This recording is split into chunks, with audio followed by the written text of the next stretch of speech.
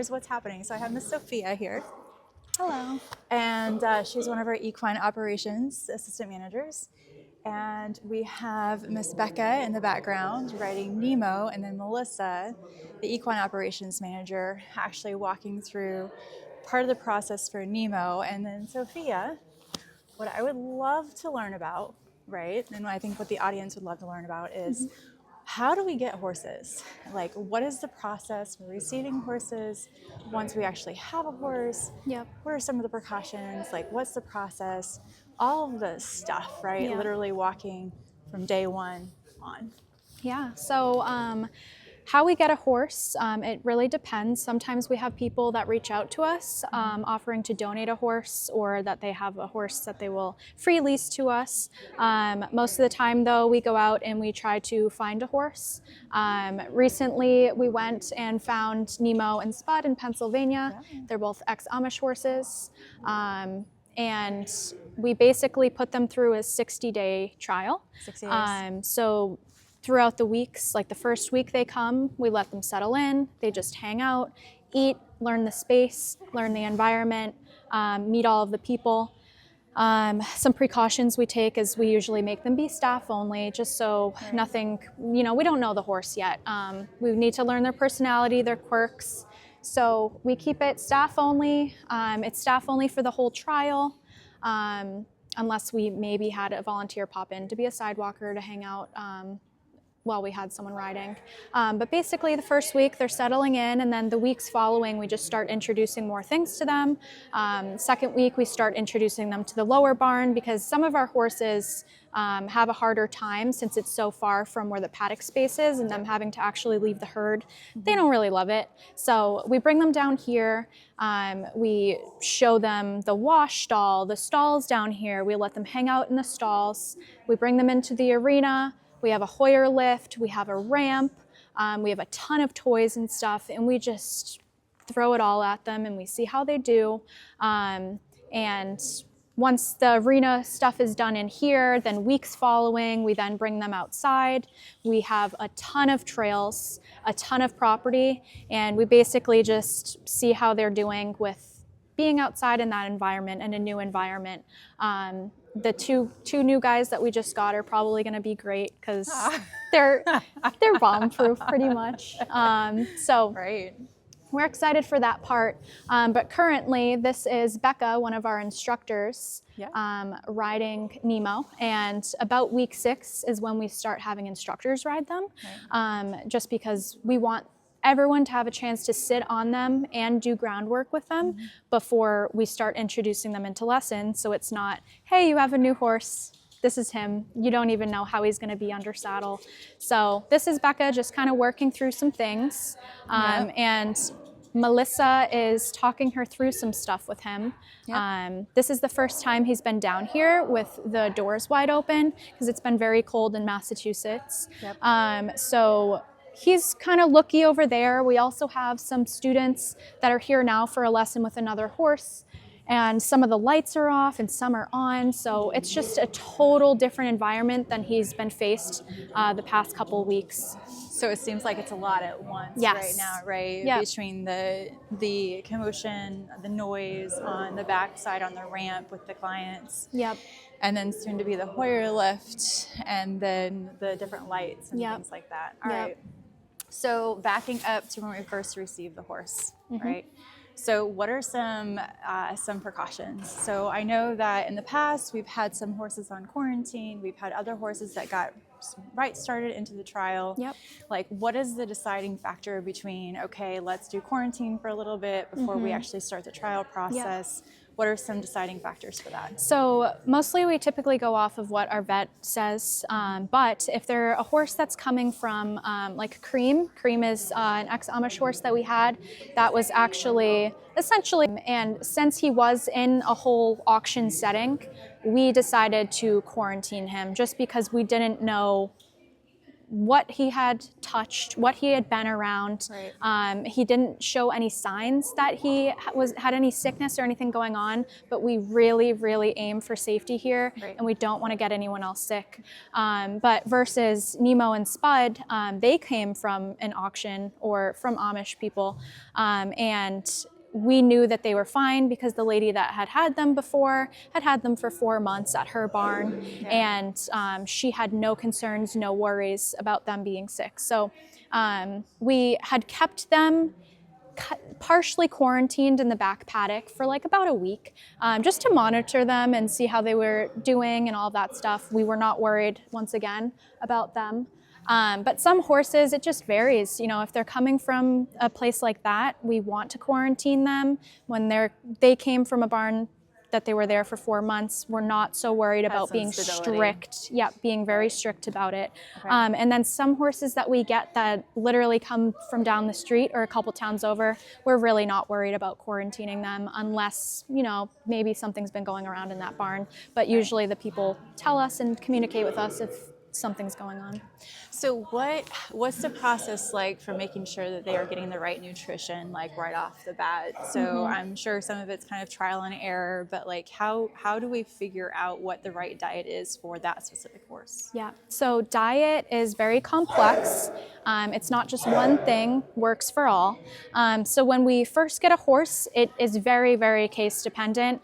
If it's someone like Nemo, Spud, Cream, they all came from Amish land. We don't know what grain they were on. We don't know what they were eating specifically. So we kind of just start them on a fresh slate, and we start slowly introducing grains and forage and all of that stuff. And we slowly start introducing them into work, and we kind of just balance it out. Right. And see, are they gaining a lot of weight very quickly?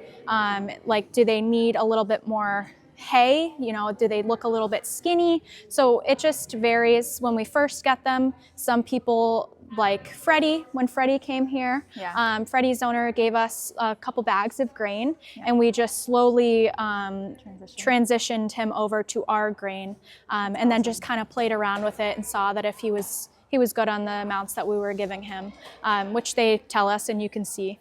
Awesome. Well, thank you so much, Sophia. We'll go ahead and wrap this up for right now, so that way we're not in the way of other lessons. Thank you so much for your time. You guys are awesome. Thank you.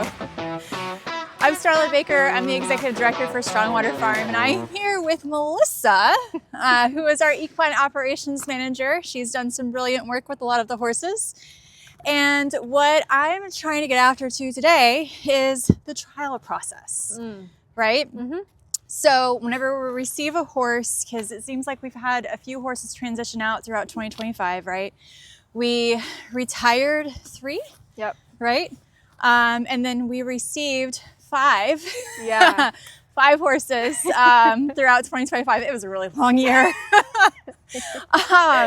But so that's a lot of time. And from my understanding, how long is the trial process? 60 days. All right, 60 days. Yeah. So it's a long time over the course of 5 horses for 2025. So walk me through a little bit about what that process looks like and the exact trial itself, and then kind of go in a little bit more in the details and how you kind of manage that process.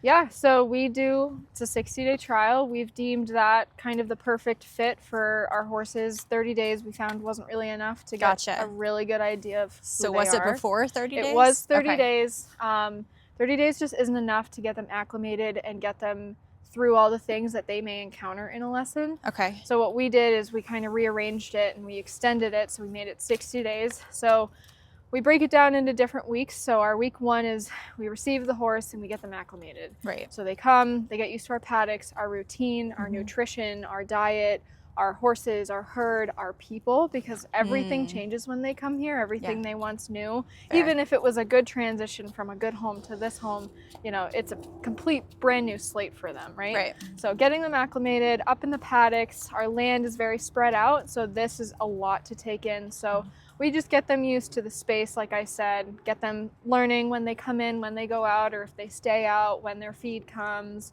getting them on our diets, like it's a lot. It's a lot, all in just that 1 week. That's fair. Introducing them to the upper barn where they sleep at night if there's ever bad weather, or if they have to sleep in that barn, that's, you know, where their home is going to be considered.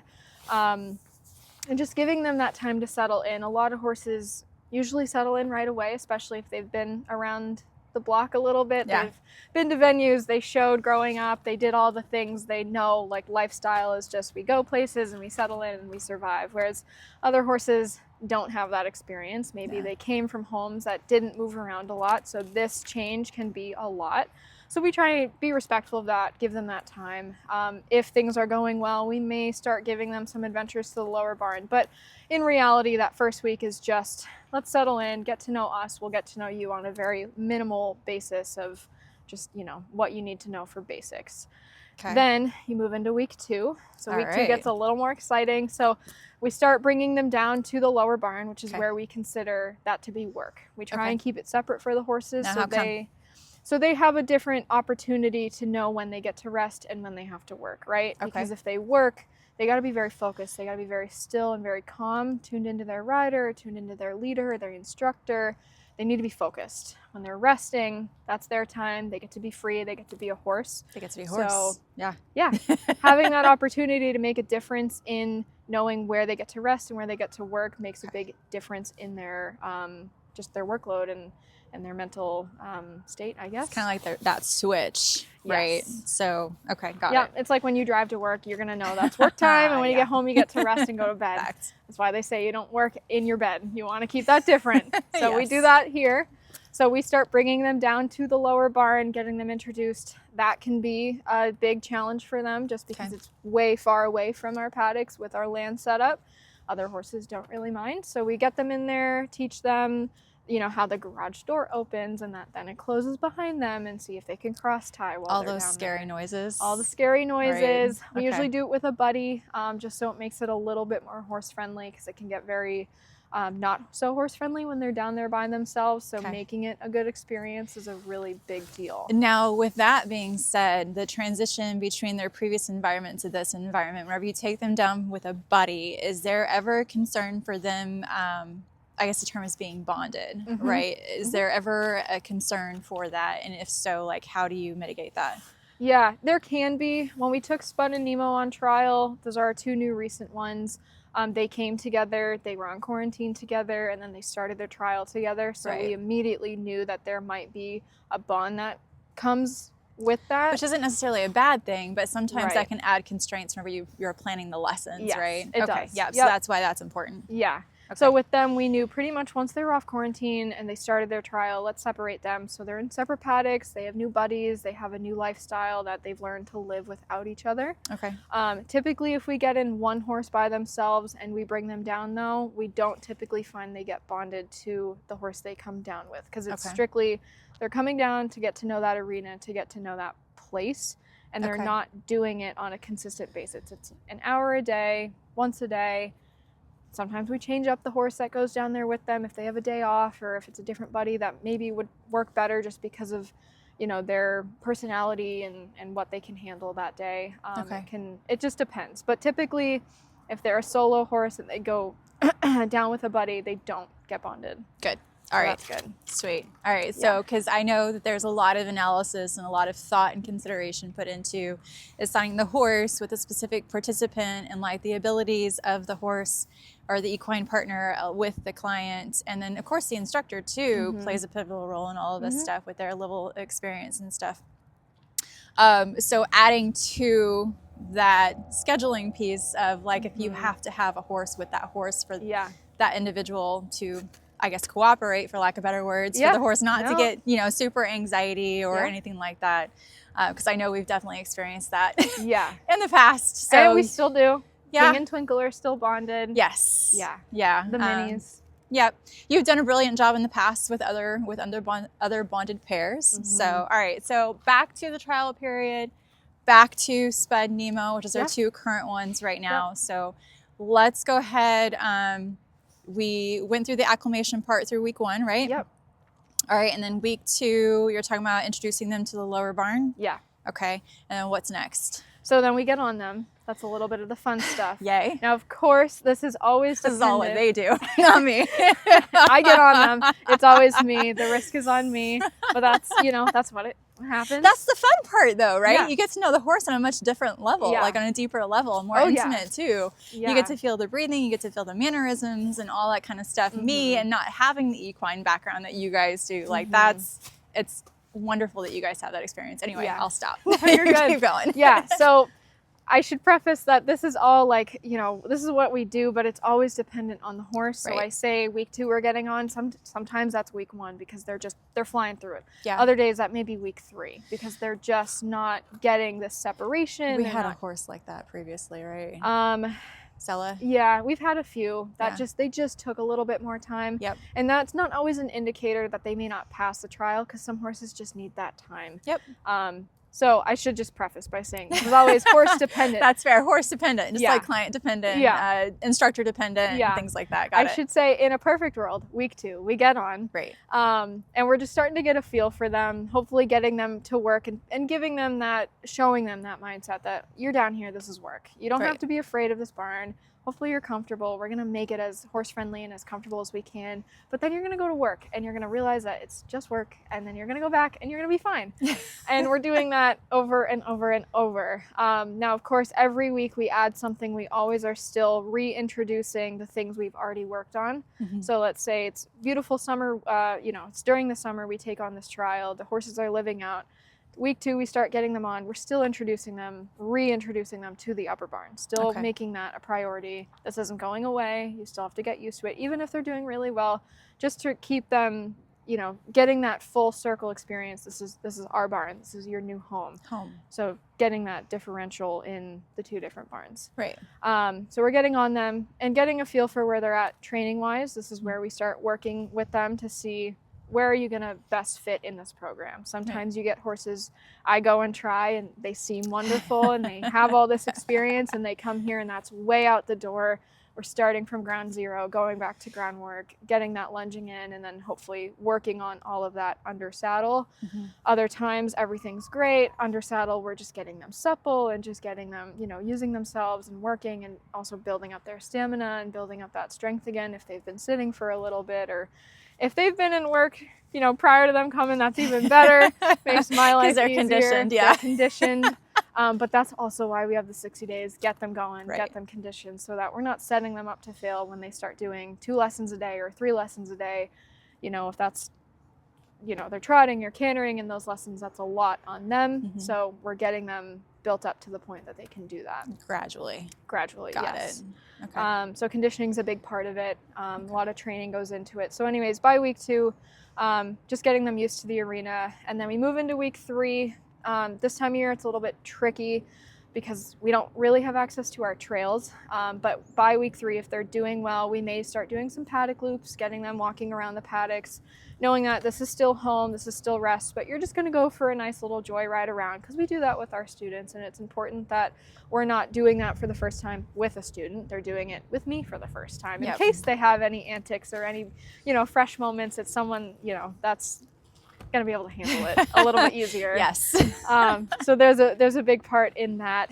And by week 3 as well, if they're doing really well, we start introducing them to our toys and our objects and our wheelchairs, because those are usually a little bit safe, and you get a very clear indication right off the bat. Is this a yay or is this a nay? Got it. They either have experience, they don't mind it, not a big deal, or I have never seen that before in my life and we need to work on it. Okay. So introducing that early enough that we have time to work with it, but not right off the bat that, you know, it's going to set them up to fail them and, you know, build up a resistance that we don't want to build right off the bat. Got it. And then, of course, the entire time you're building the relationship, like between the human and the horse. Yep. Right. Okay. And that's another, I'm glad you said that, because that's a really big part of it, is giving them that one person to focus on. When we come into the environment of all of our students, all of our volunteers, and all of our staff, that's a lot of people. So many different faces, different ways of treating them, different voices, a lot of stuff touches. like that. Yes. So if they have one person, especially if they're a little bit nervous, like Spud, he's been great, but he just needs that sole attention and that sole focus on just me. And that way he can build that trust. So when he encounters something that he does not have experience with or he's lacking confidence in, he seeks to me and I can guide him through it. And then by the time he doesn't care anymore, then we start doing that with our students. And then he's building that confidence in them. So it's kind of this whole cycle of getting them used to it, giving them a person before it's all these people that are going to love him and he'll love them, but they just need one person during this time. Especially if it's a difficult change. Kind of, they're safe. Like their safety. Got it. Okay, that's beautiful. I love that. Yeah. I love that. All right, so what's next? Tell me more. Sorry. So, no, I love it. So I think by week 4, we're actually starting to do trail rides. We have a lot of trails here, thankfully. Like over 400 acres, which is awesome, right? And I love the way that we're set up because we have a lot of different types of trails and different atmospheres. So some are on property, like I said, the loops that go around the paddock. Typically pretty safe. You're not running into a lot of people, usually not dogs, usually not motorists, bicycles, all the things that you're going to encounter when you go across the street. Yes. And that's across a whole the other street is tricky. challenge. Yeah. Yes. Lots of safety considerations. Exactly. And that's a lot of it's out of your control and you just have to hope that it's going to go smoothly, but it doesn't always. So we start them here on property. They're usually a little bit happier. Usually a little bit more calm. We have trails that go extending that way, still kind of on property. Up the back of the paddocks. Yep, up in the back paddocks, then into the trees. So now we're getting away from home. We're very closed in with all the trees. You might encounter some people back there, but usually, again, no cars, no motorists. So nothing too crazy. Get them to come home, hopefully, walking, and then build that confidence. Yes, all about the confidence. And then we tackle across the street. That's definitely a challenge. Typically one gets me a little nervous sometimes. If you have a horse you know is going to struggle, crossing the road is scary for anyone, even if you have a solid horse. Cars don't always know you're there. They don't always think about it. And people just don't have a general knowledge that they need to stop for horses. So there's a lot to consider with that. Road guards in place, people stopping traffic. So we'll bring people, we'll bring stop signs, we'll bring again a buddy. This is always with a buddy. We typically don't do it alone. Like I said, building confidence. Sometimes horses do really great and they don't care, but we try and start off really easy. So across the street, we always bring a buddy, typically one like Shelly, who's very traffic safe. Very reliable. She's typically our go-to if it's not, or it's Puma. Love Shelly. Yeah. Puma's great too. We got a lot actually. We got a lot that are really good now. Yeah. And then we try and encounter everything we can, you know, consistently, but not overwhelming them. So let's meet some dogs, let's meet some people, maybe show them a bike that's, you know, sitting, not moving, no people on it. If we can. If we can't, then, you know, some things are just not always going to happen in that trial when you go across the street. I can't predict cars honking and buses going by and all of the... Or people walking their dogs across the street and stuff like that. Yeah. Right. Okay, so we can only do so much, but at least getting them again off property, across a road, in the fields, crossing streams, all of that, we go into that. We actually had a horse who did really well on trial. It was Hope. Could not get her through a puddle though. Oh no. Could not get her through a puddle. She was so beautiful. Yeah. She was great. Yeah. So those are the quirks you pick up along the way of like, okay, I can live with that. You don't want to walk through the puddle. So we get off and we hand walk through it. That's fine. Yeah. Or she actually wouldn't even do that either. So that's fine. We can turn around at the puddle and go home. It was so worth it. Exactly. And that's really good information for me and why I love doing the trials and why it's also important that I do the trials solely. Right. So then I can go back to our instructors when they're in lessons saying, Hope will do everything, but she won't cross a puddle. So they're not learning that for the first time. They plan ahead in their lessons. They know that's a challenge. We're not going to tackle it today. Or it is a challenge that we will tackle today. They have that choice. And I think there's a lot of value to one person, right? Standardizing all of the trial, all of the training that the horses go through. That way there's one standard for Strongwater, right? Yep. And then we can learn from that standard and we can reinforce that standard with the horse to provide that consistency, right? The consistency with the horses, with equine partners, right? Among the volunteers, among the participants and the other instructors. Almost everybody here has a pretty extensive equine background, but everybody does things a little bit differently, right? And from my understanding, correct me if I'm wrong, having one standardized process actually helps keep the horse calm. Yes. Right? Because it's not as confusing. Well, this person does it this way, that person does it that way, so on and so forth, right? Yeah. Is that fair? Yeah. Okay. Awesome. It builds bad habits when you let horses... Yeah.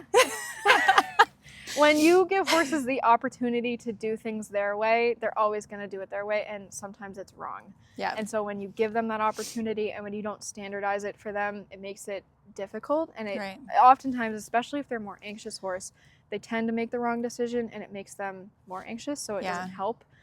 So giving them kind of the guidelines of where I need you to be, this is what I expect of you. They know what they're expected, what's expected of them, and they can live up to that. Whereas if you go into work and you don't know what's expected of you, you're going to be all over the place. Yes. So it's the same with horses. Yeah. Fact. Okay. Yeah. All right. So what does the latter part of the trial look like? So all the staff, all of the instructors have kind of rode, had the horse under saddle, things like that. Like, what does the transition look like between a staff and instructor to a participant, client, volunteer working with that horse in a lesson? Yeah. Yep. So typically I'll work with the instructor, give them my briefing of my understanding, and oftentimes those conversations are, this is what I think I know of this horse, this is what I've learned from this horse, but it's never a set, this is what this horse is, because I don't know them that well either. I have, at that point, probably 30 days under my belt with that horse, so I can't ever say for sure. And they're horses in general, so even the ones I do know, I can't ever make a promise. But I'm telling them what I know of that horse. They're getting a feel for it. Feel is so important with horses. You just have to figure it out yourself and find that feel. So they get on, they do all of that. And then after that, I have a pretty decent assessment of where this horse is going to be best in our program. And it looks different for every one of them, right? They're all different. They got different strengths and weaknesses. So certain horses are going to thrive in lessons that have a lot of leaders, a lot of sidewalkers, a lot of people, give them a lot of comfort. Other horses are not. They're going to want to be more independent. They want to teach the kids how to trot, how to canter. I don't want a leader. And then you have the in-betweens that really don't care, and hopefully you find those horses. That's typically what we want, is the all-arounder. Right. And so I'm trying to figure out, at least for the first couple lessons, where am I going to set this horse up for the most success? That's always my goal. I don't want to put a horse in a lesson that it's not ready for or ever put someone in danger. So typically we're starting out maybe one lesson a week, sometimes maybe a few more if they're doing well, and if we have enough lessons of that type to put that horse in to keep it consistent. Got it. And we're just seeing, and I'm usually watching how that lesson goes, just to make, keep my eye on them to see, what am I seeing, what's the instructor seeing, because it can be different, different perspectives, different views. They're focused on their student. I need to see what the horse is doing under saddle, and it's actually really good because when I've been riding them for so long, at that point I get a feel for them, but I want to see what they look like on the ground doing it now. It's different. It's different. You can feel all you want, but then you see it and it might look different. Yeah. So that's typically what that looks like, and just transitioning them slowly. Even if they're doing really well, it can be a lot to throw at them. It's an emotionally demanding job for these horses, maybe not the most physically all the time, but adding at the most 3 lessons a day, 5 days a week is a lot for anyone. So transitioning them slowly, building it up until they get to a point where they're comfortable, the instructor's comfortable, they get an idea for where the horse is at, and then we just start adding more and more until they're at their limit.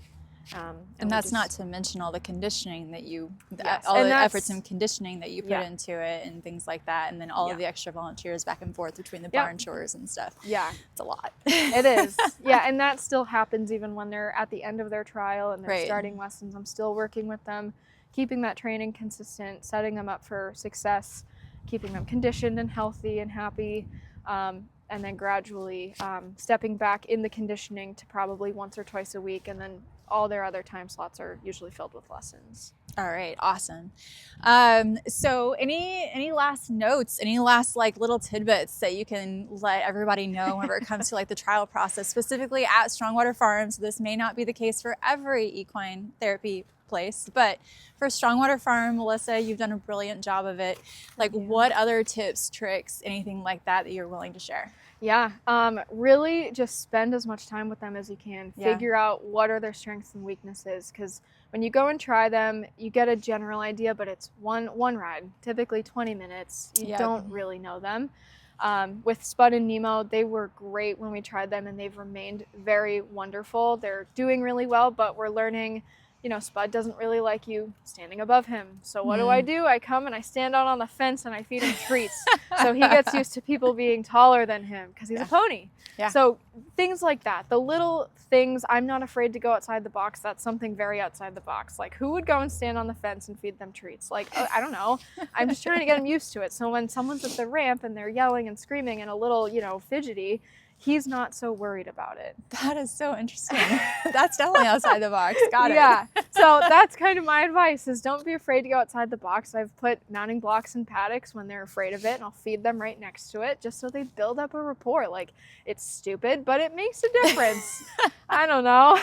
The little things add up big time. Yeah, they do. And I do see a difference with them. It's always about, you know, making it positive, making it a good experience. And also the last thing I'll say is, if it's not working, it's not working. Yep. Sometimes it doesn't work. Sometimes you can love the horse and they're a great horse. You know, if they don't pass a trial, it doesn't mean they're not a good horse. It just means this isn't the right fit. Right. Whether it's the place, the people, the facility, the job itself, it can be a lot of different factors, and we've had to make those decisions, and they're not fun. But you have to, because it's for the better of the horse. Even if, like I said, you want the horse to work, if it's not safe for them and they're not happy, then just don't do it. And that's the key right there, right? If it's not safe and the horse isn't happy, because they are equine partners through and through. Yep. There's a lot of connections, a lot of relationships that are built, and if the horse isn't happy, then that just kind of doesn't make for a very great experience. Yeah. So, and it's not going to get better usually. No, it's not. But yeah, it's a tough call to make, and with your experience and your background and all that you bring to the conversation, like, it's really great whenever you kind of say, all right, this isn't going to work, and it's a tough decision, but you know, it's the right decision for not just the horse, but also for the team as well. Yeah. So definitely. So Melissa, I appreciate your time very, very much. Thank you very much for watching, and we will do more Strongwater Series. Thank you.